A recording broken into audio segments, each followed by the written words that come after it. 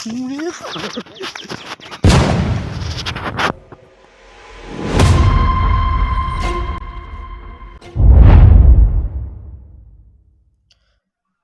একদিন বিকেলবেলায় মাঠ ঘুরতে গিয়ে দেখি আমার জমিতে জাল দিয়ে ঘেরা বেড়ার মধ্যে একটা সাপ আটকে পড়েছে।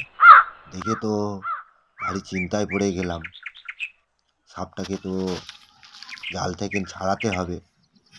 তো যাই হোক, তার জন্য আমি একটা কাস্তে নিয়ে নিলাম, লগাসি নিয়ে নিলাম, আর ওই লগাসিটার মধ্যে কাস্তেটাকে ভালো করে শক্ত করে বেঁধে নিলাম।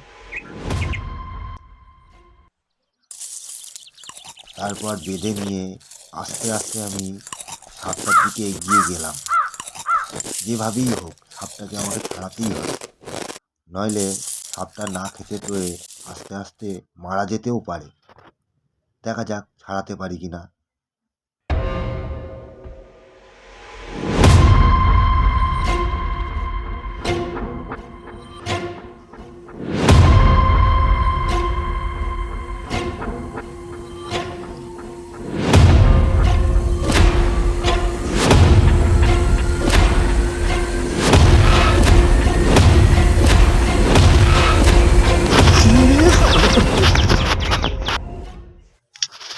আরে এ তো দাঁড়া সাপ রে শালা।